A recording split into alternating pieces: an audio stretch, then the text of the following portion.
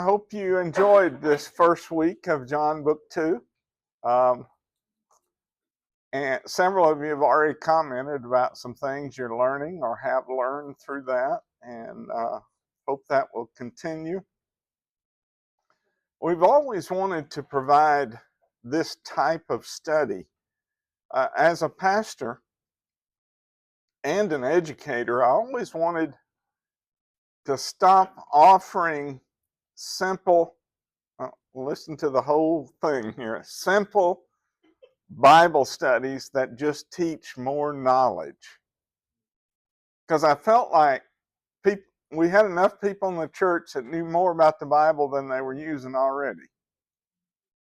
So how could we study, though, verse by verse through the Bible in a discipleship format so that we're applying and growing as we go through it? And that's what we hope this has accomplished.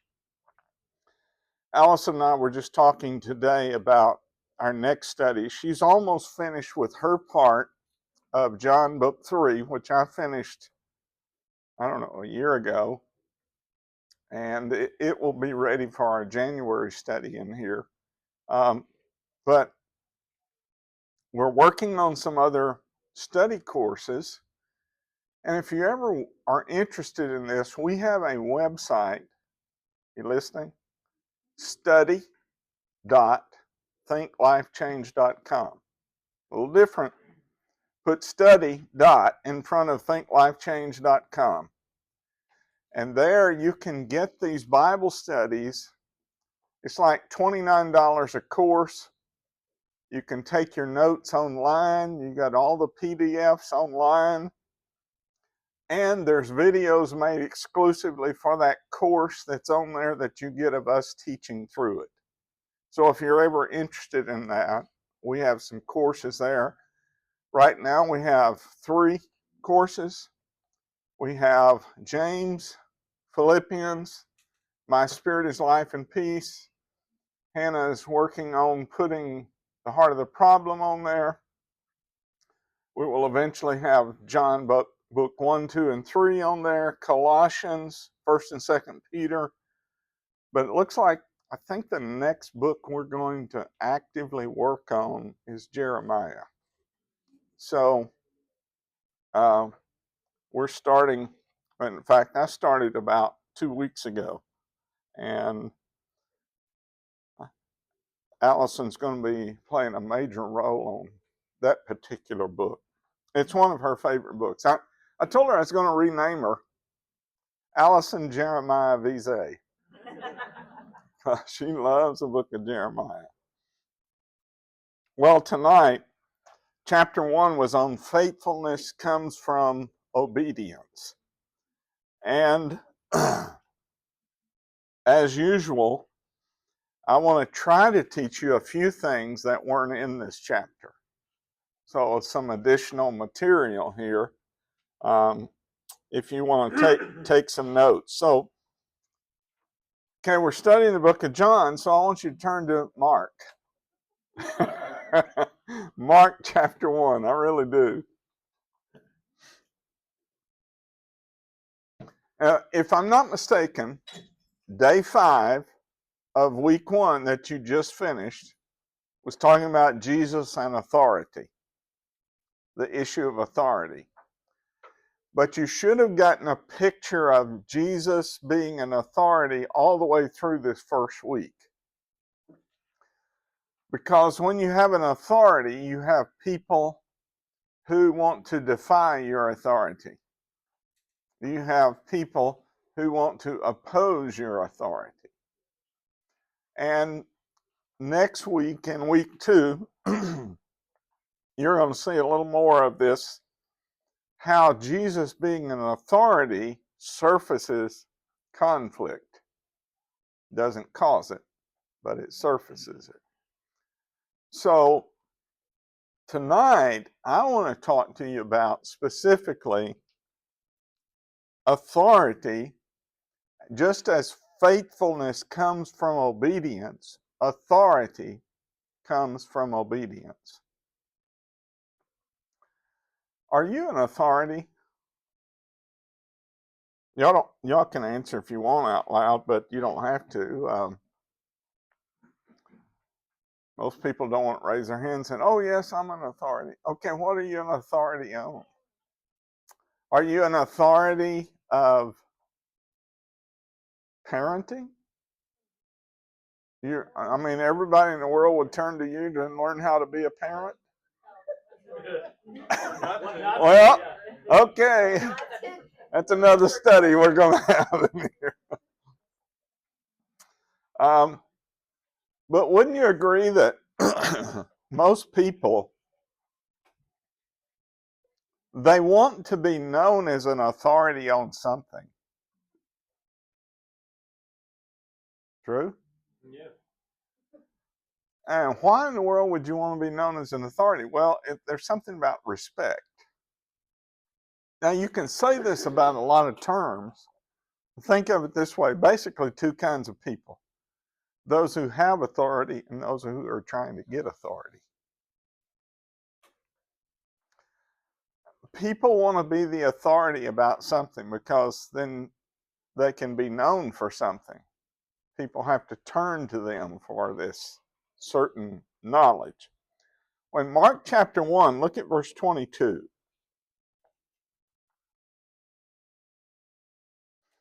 And they were astonished at his teaching. Whose teaching? Okay.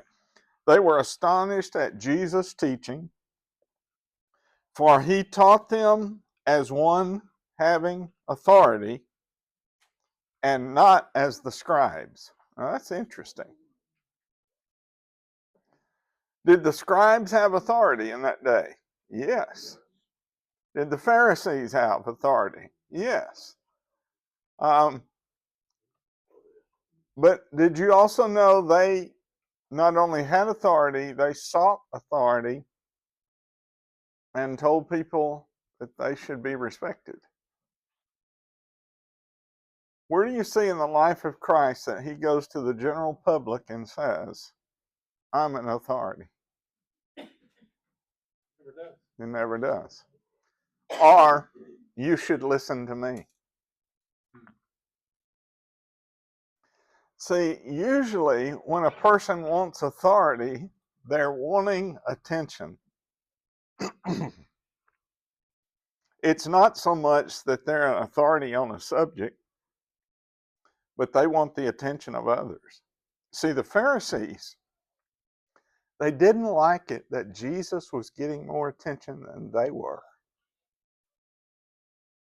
And if you'll read the scriptures closely, the sin that is listed that sent Jesus to the cross was envy of the religious leaders. They were envious of his authority with the people. They wanted it, couldn't get it. The envy drove them to try and make him look bad. Now, with that kind of background, let's look at this verse one more time, slowly here. And they were astonished at Jesus' teaching, for Jesus taught them as one having authority and not as the scribes. So what we see here is the scribes believed they had authority. They knew the law. They knew the traditions. They knew what needed to be taught. But they weren't seen as much of an authority as Jesus was. And yet, Jesus was being put down on all sides about where he lived, who his parents were, where he came from, what he was proclaiming. And yet, when he spoke, they sensed an authority. Well, that's what you should be looking for in your life. You don't seek for authority. You seek for a relationship with Christ.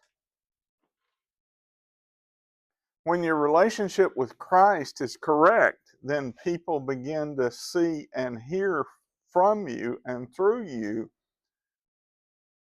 based on the life of Christ, not on your value. So, Jesus went to Capernaum, he entered the synagogue, and he began to teach. And the people were astonished because he taught with such authority.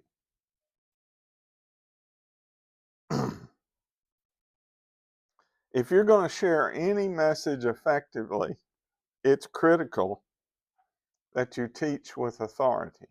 Now, again, this is not based on what you know, what your credentials are, all that. Pastor Josh and I were talking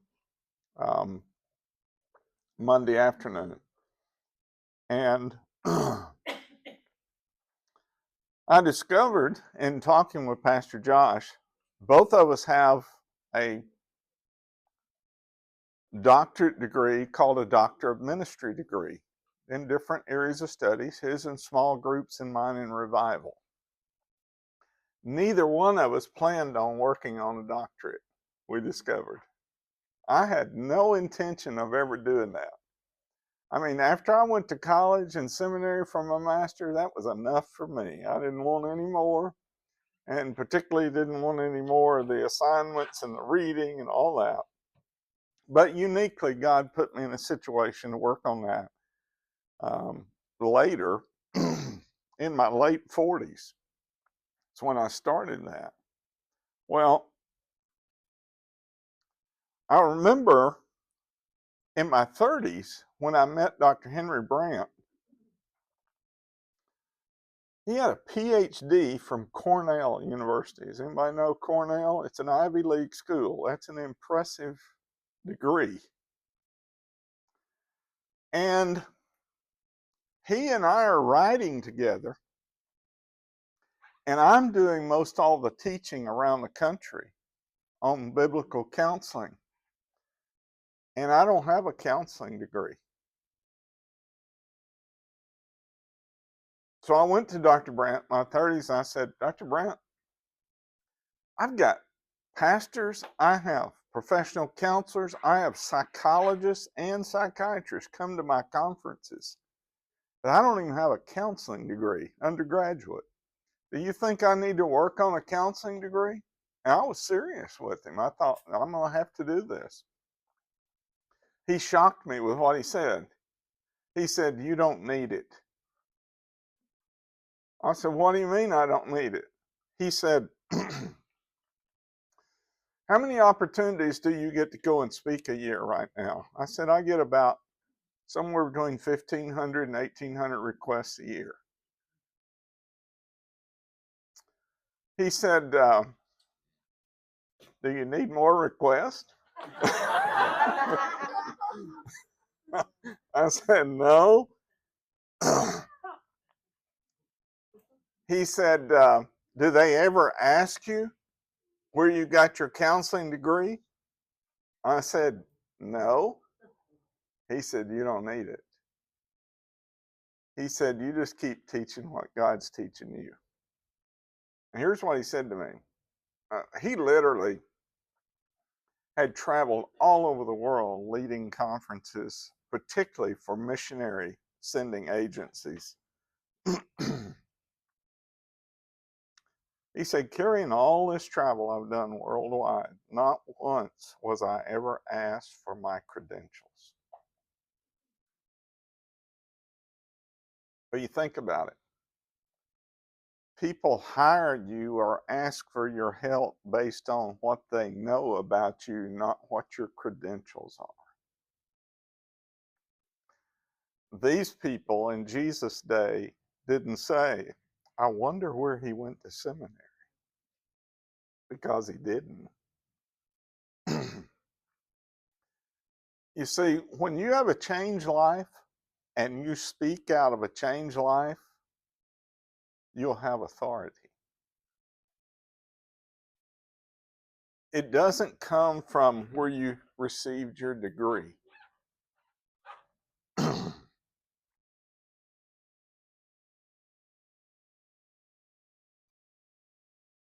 Jesus taught them as one having authority it's so interesting to me, that next phrase, and not as the scribes. Because the scribes were teaching by the letter of the law. They knew it well. But that's not the way Jesus taught. So when he went to Capernaum and began teaching, the people recognize this. He speaks with such authority. Now think about our study in John. John 1:1.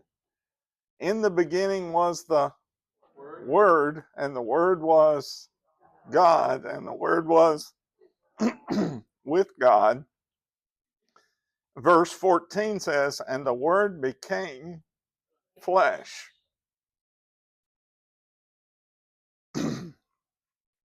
How much more authority do you need than you're the creator of all the world?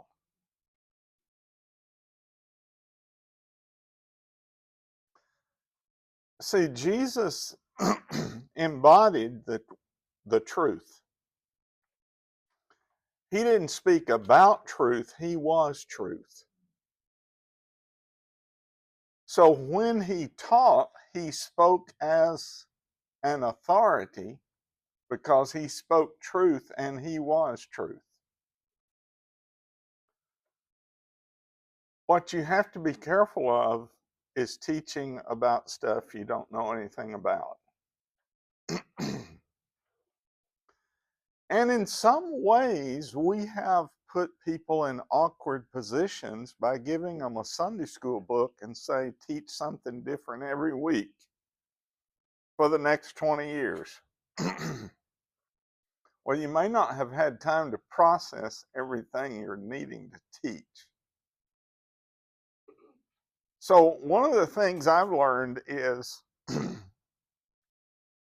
I can only teach you as much as I'm willing to reveal about myself. So I teach you what God has taught me. And I say the same things over and over and over and over. There's a reason for that. Because you don't get it the first and the second and the third time necessarily. You need to hear it over and over and over, right? So, authority comes not because of how skilled a teacher you are, it comes out of your relationship with Christ.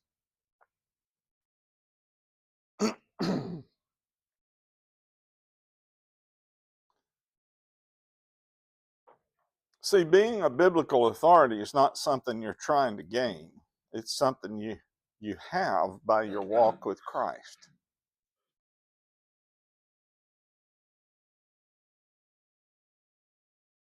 If you have biblical authority, you don't have to try and convince people to follow.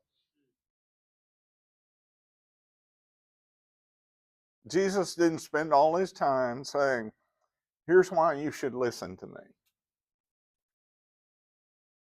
Here's what I know. Here's where I'm from. Here's what I've studied. No, he just was an authority on life because he was the truth.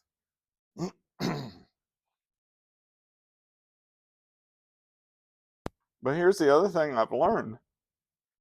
If some person is not walking with God, they will not follow biblical authority. So you can have authority and not be followed. So let's look at the life of Christ. Were there any people that didn't follow him? Somehow in our Christian Western mindset, we get it in our mind that if you follow God with all your heart, everybody will follow with you. It's not true.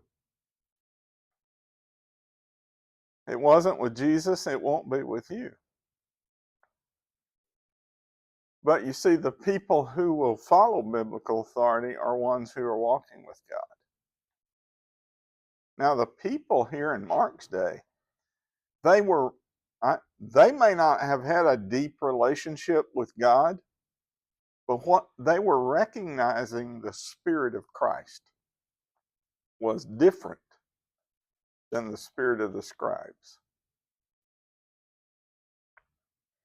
And that's what you need in your life. You need to walk with God in such a way that when you talk with people, they can sense this is different than the average conversation. This is coming from God Himself.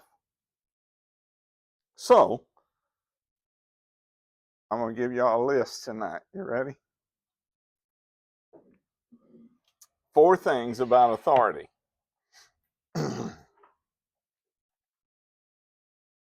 Number 1, your goal is not to gain authority. Your goal is not to gain authority. It's to strengthen your walk with Christ.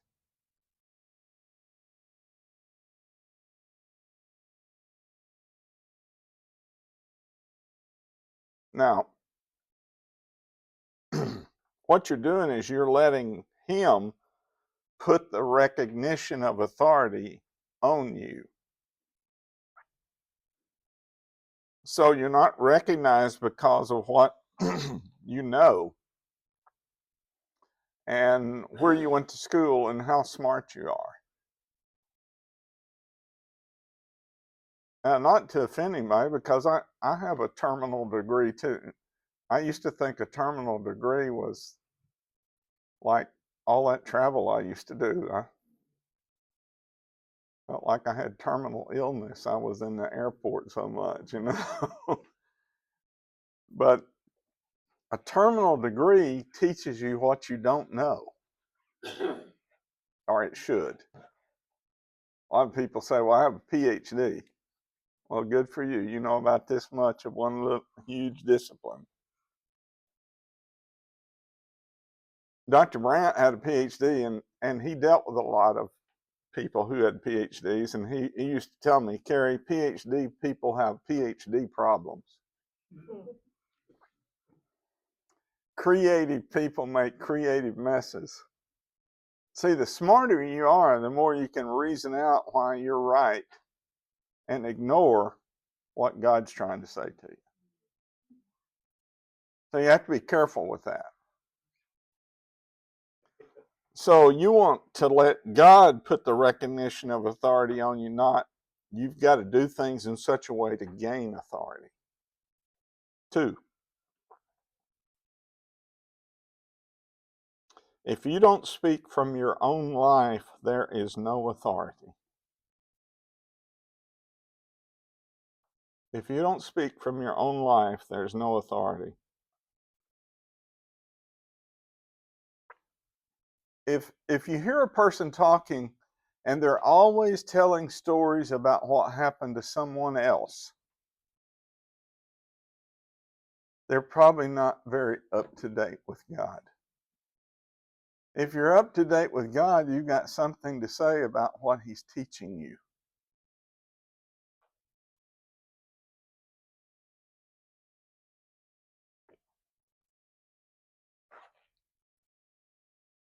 Jesus was teaching from His own relationship with the Heavenly Father. And that brought the authority. That demonstrated it. 3rd, it's similar, but a little different. If you don't speak out of a relationship with God, there's no authority. So if you don't speak out of your life, there's no authority. But if you don't speak out of a relationship with God, there's no authority. Now, all of us have done this before, and you've heard it before too. Let me tell you about what happened to me with God 20 years ago. Y'all have heard these stories, right? You've given these stories before, and you should continue on. But if you know that person well, if all you ever hear about is 20 years ago, they're probably not up to date with God. So a person who's walking in a daily relationship with God's got something to share now, not just from then. So here's the tricky part. You can appear as an authority speaking out of past experiences. What you want to do is make sure you have some up-to-date experiences too. So remember where Jesus said, I'm the vine and you're what? And he who abides in me and I in him, the same brings forth much fruit, for without me you can do a few things. No, you can do nothing. Okay. And then he said, you know, every branch that doesn't bear fruit, it didn't say produce fruit, bear fruit, will be what? Pruned. So what happens is when you prune a vine, you're trying to make it more productive for the next year. I want you to think about this picture. Jesus is the vine. I'm the branch. You're the branch. When he prunes us, he leaves all of Jesus and a little bit of us.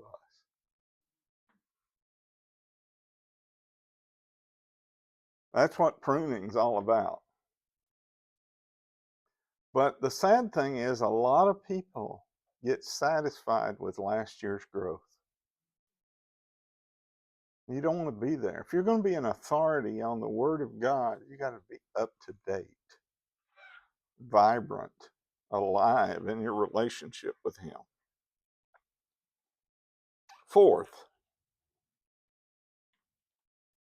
if you speak the truth,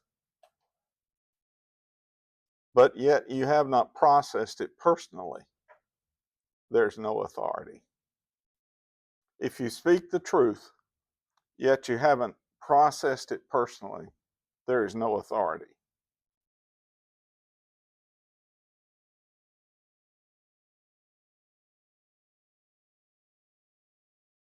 So, John is talking about this as we're going through this study, all the conflicts, the attacks, because they didn't like it that Jesus was seen as an authority. But Mark writes a whole lot about of Jesus speaking with authority and power.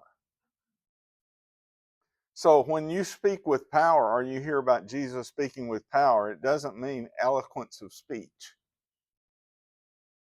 Power doesn't mean he's demonstrative in his teaching. Power doesn't mean he's strong, he's bold. Power comes across because there is an authority there. And when he speaks, you can bank on it. And there's power in how he speaks.